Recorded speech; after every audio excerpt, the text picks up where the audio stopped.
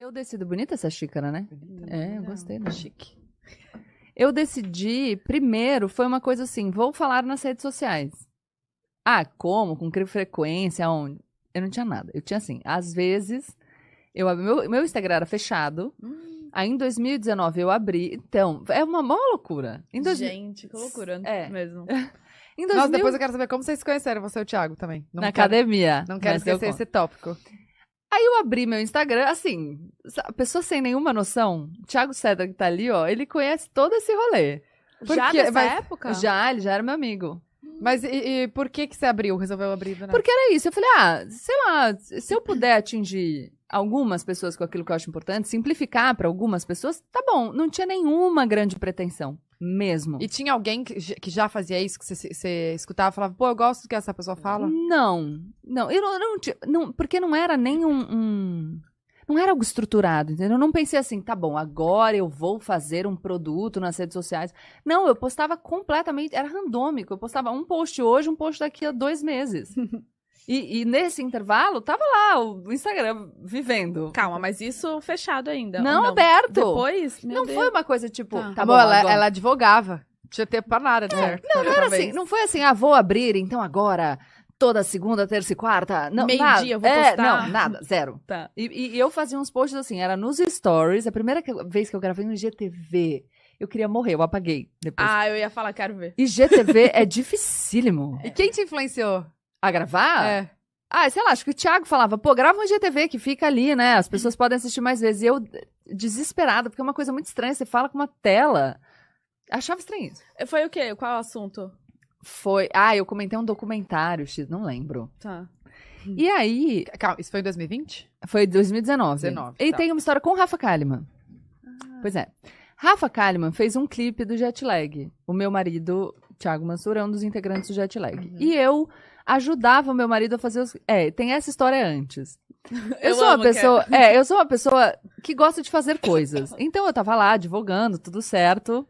E a história vai fazendo assim, desculpa, galera. Eu vou tentar uma linearidade em algum momento.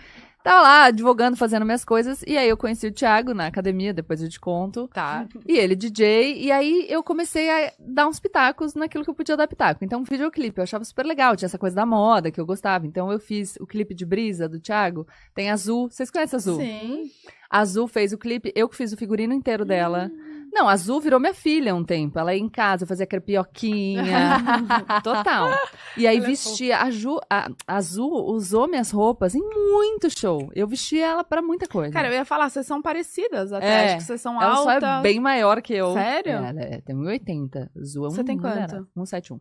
Ah, tá. A gente tem a mesma altura, então. Acho que tem. E aí eu comprava. E aí tudo que eu não podia usar na minha vida de advogada, eu comprava, porque ela calça o mesmo número que eu. Então, assim, eu tinha Qual que é? É 39. Gente, eu posso usar as coisas dela! E tudo! Bom saber, porque eu também posso usar a sua. Sim. Você viu que essa fala tem um perigo, Com né? certeza. E da Load, que é a minha marca, tá? Inclusive. Combinado. Tem presente pra você. Olha, adoro ganhar presente. E aí eu comprava assim, tipo, bota acima do joelho vermelha, prateada. E eu ia usando. Aí eu conheci Rafa Kalimann e ela foi fazer um clipe do Jetlag. E eu tava lá. Foi um dia muito engraçado, até porque eu gravei com a Rafa Kalimann o dia inteiro, peguei um voo pra São Paulo e fui dar aula no Mackenzie, na pós-graduação em Direito. Tipo, nada a ver. Então, era isso. A minha vida já era meio... high-low ali, né? É isso. Aí, eu... Aleatória. Tem gente, quando as pessoas nas redes sociais, às vezes falam assim, preferia quando você era uma coisa só. Eu falo, gente, mas eu nunca fui. Uma coisa só, coisa gente. só.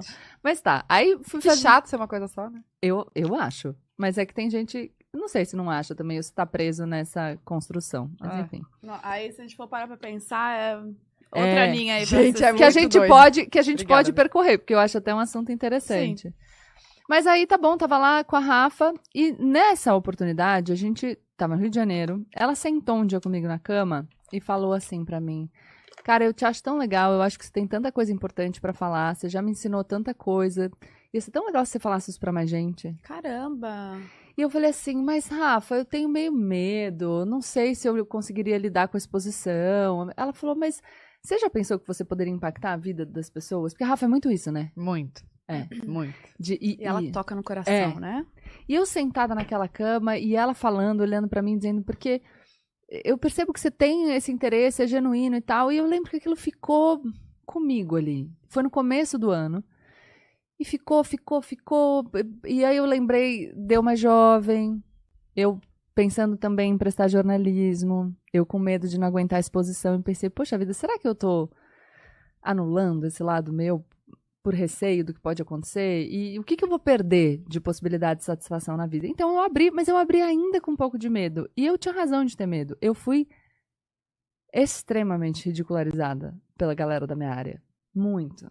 É que hoje as pessoas dizem, a gente sempre soube, ia ser muito legal e tal. Mas foi muito difícil. Porque imagina você ter construído uma carreira por uma área e aquilo é o que você tem de certeza. E é pra onde você pode voltar se der errado, assim. E as pessoas começam a mexer com essa chance de retorno. Tipo, você se acabou, porque agora você perdeu a credibilidade e você tá passando vergonha e você nunca mais vai conseguir fazer o que você fazia. Dá medo pra caramba, porque eu não tinha nada, eu não tinha seguidor, não trabalhava com isso, não fazia publicidade, não era contratada pra nada. Então eu só abria meu Instagram e falava, como muita gente quando começa. E também, como muita gente quando começa, eu tive pouca gente pra falar, porra, que legal, sabe? Tive as pessoas que me importavam, meu marido, minha família, mas eu tinha muita gente jogando balde de água fria.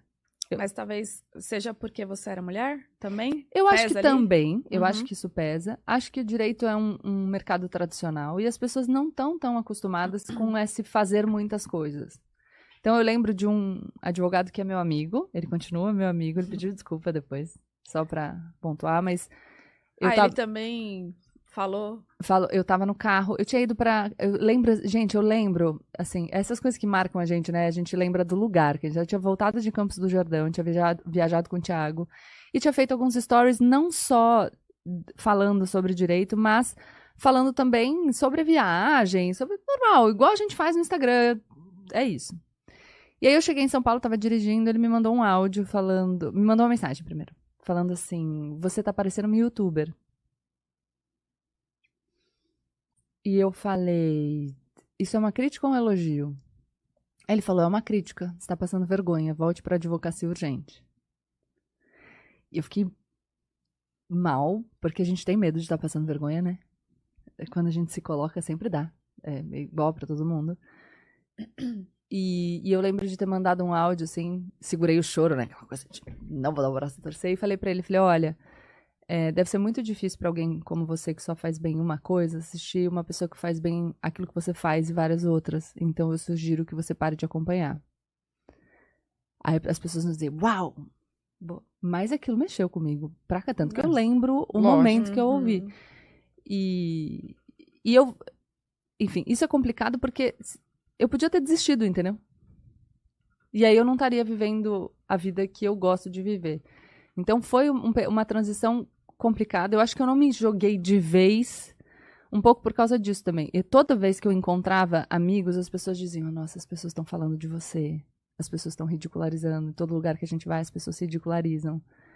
E eu falava, cara, o que eu fiz? Que ideia foi essa? Por que eu abri essa porcaria? E aí eu tinha participado antes de tudo isso, de um debate na Record News. Sobre um tema X, sabe assim, precisamos de um especialista para falar disso? E eu fui. E um diretor de lá tinha visto e me chamou para fazer uns testes. Acabou não rolando esses testes que eu fiz e tal. E aí ele foi pra CNN e me chamou pra CNN. E Nesse mesmo tempo. as coisas têm um intervalo de meses, assim. Demorou. Desde que eu saí do escritório, comecei a fazer esses stories absolutamente randômicos, até eu chegar na CNN, teve um bom ano e meio, quase 2. Tá, mas eu não sei se te tranquiliza, mas assim, todo mundo que começa na internet é ridicularizado. A gente sempre fala isso, que quando a gente começou também não existia ninguém que fazia, todo mundo zoava, e hoje as pessoas pedem stories de graça. E a gente Me falam não que te faz. deram força, não falam? Falam. Gente, sempre soube que você tinha esse talento. Sempre soube que você nasceu pra isso. E você fica pensando, oxi, Eu não lembro por que disso, você não me falou na época que eu tava precisando escutar, né? Que eu tava ali Exatamente. desesperada pensando, será que... Cara, eu fico de cara, assim. Tem gente que vem me falar, nossa, você nasceu pra isso. E eu fico assim, ó. Jura? Ah, Não, é? eu lembro que comigo, teve uma época que as minhas amigas falavam assim, nossa, você só anda com essas amigas blogueirinhas. Aí eu falei, lógico, porque elas não zoam do que eu faço. Elas fazem junto comigo e me ajudam. Aconteceu comigo também. Ai, você esqueceu dos seus amigos. Eu falo, tá bom, entendi. Vocês estavam tudo tirando sarro da minha cara. E aí... Eu tenho que estar aqui disponível pra vocês. É a vida que segue. Exato. E que bom que a gente não desistiu. Então, Exato. não desista. Entendeu? Larga a mão desse povo que tá falando pra você que você tá passando ridículo, que eles que são ridículos.